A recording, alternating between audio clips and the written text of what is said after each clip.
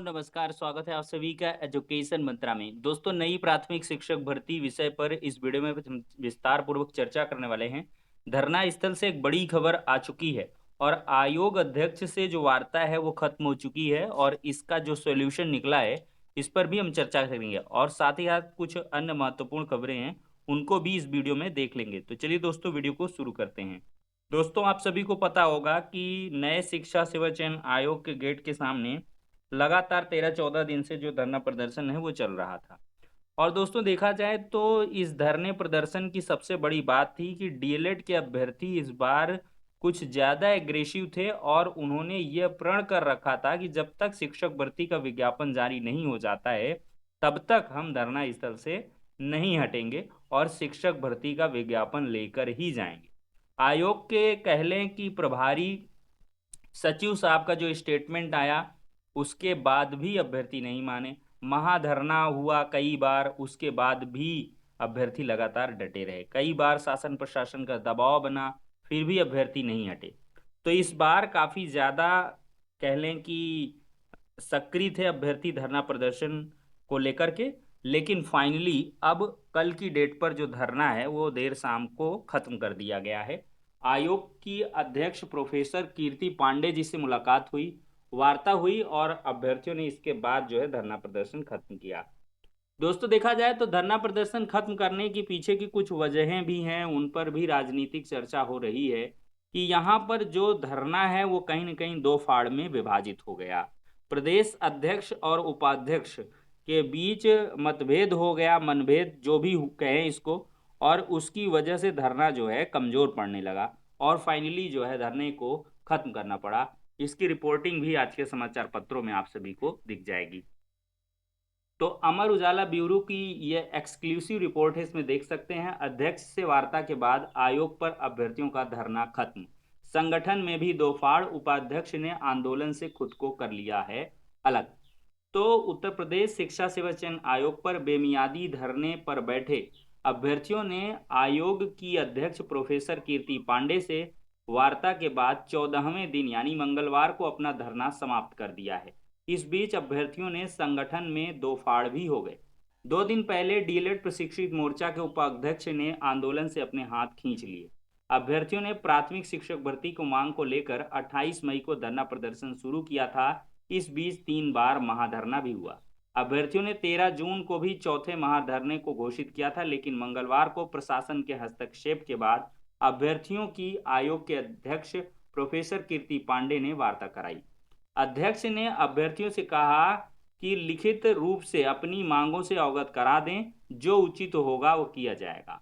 उन्होंने कहा कि आयोग की अगली बैठक में इस पर विचार किया जाएगा और इसके बाद अभ्यर्थी धरना स्थल पर लौट आए।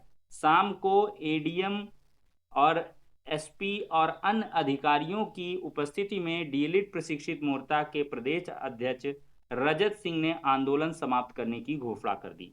वहीं मोर्चा के प्रदेश उपाध्यक्ष विशु यादव ने सोशल मीडिया पर पोस्ट किया कि बीते 6 जून को आयोग पर हुए महाधरने से उनका कोई संबंध नहीं है, क्योंकि धरने की आड़ में राजनीति और धन उगाही की जा रही है छात्रों से।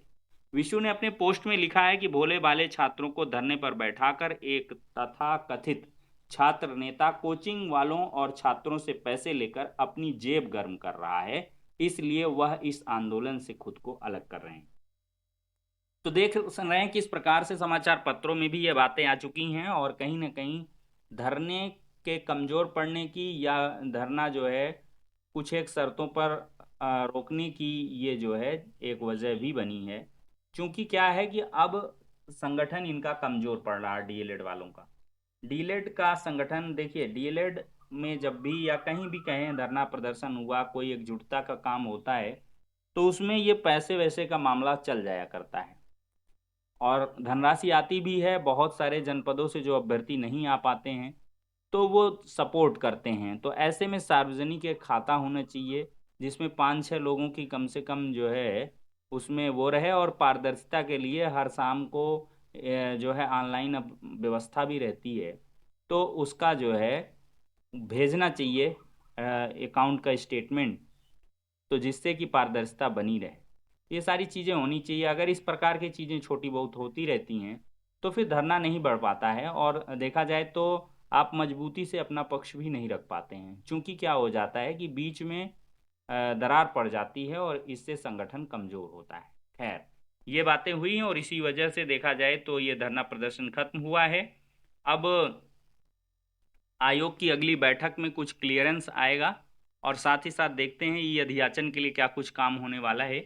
और जहाँ तक देखा जाए दोस्तों, तो मैंने आपको पहले ही स्पष्ट तौर पर कई सारी चीज़ें बता दिया है कि आयोग के पास अभी बहुत काम है, जिसमें टीजीटी पीजीटी का पेंडिंग एग्ज़ाम कराना, और फिर इसके बाद बहुत सारी जो प्रक्रियाएं फंसी पड़ी हैं, एडेड जूनियर 69,000 शिक्षक भर्ती, इन सबको क्लियर करना, और इसके बाद ही यूपी टेट को कराने के बाद ही शिक्षक भर्ती का विज्ञापन जारी करना, और जिसमें आपको समय देखने के लिए मिलेगा।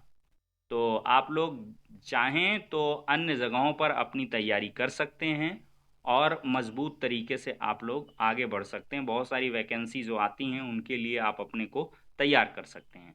बाकी असिस्टेंट प्रोफेसर बीएड के लिए अब 23 जून तक आवेदन होंगे। उत्तर प्रदेश शिक्षा सेवा चयन आयोग ने असिस्टेंट प्रोफेसर बीएड के 107 पदों पर भर्ती के लिए ऑनलाइन आवेदन की अंतिम तिथि बढ़ा दी है। इस बाबत आयोग के प्रभारी सचिव डीपी सिंह की ओर से मंगलवार को दिशा निर्देश जारी किए गए हैं।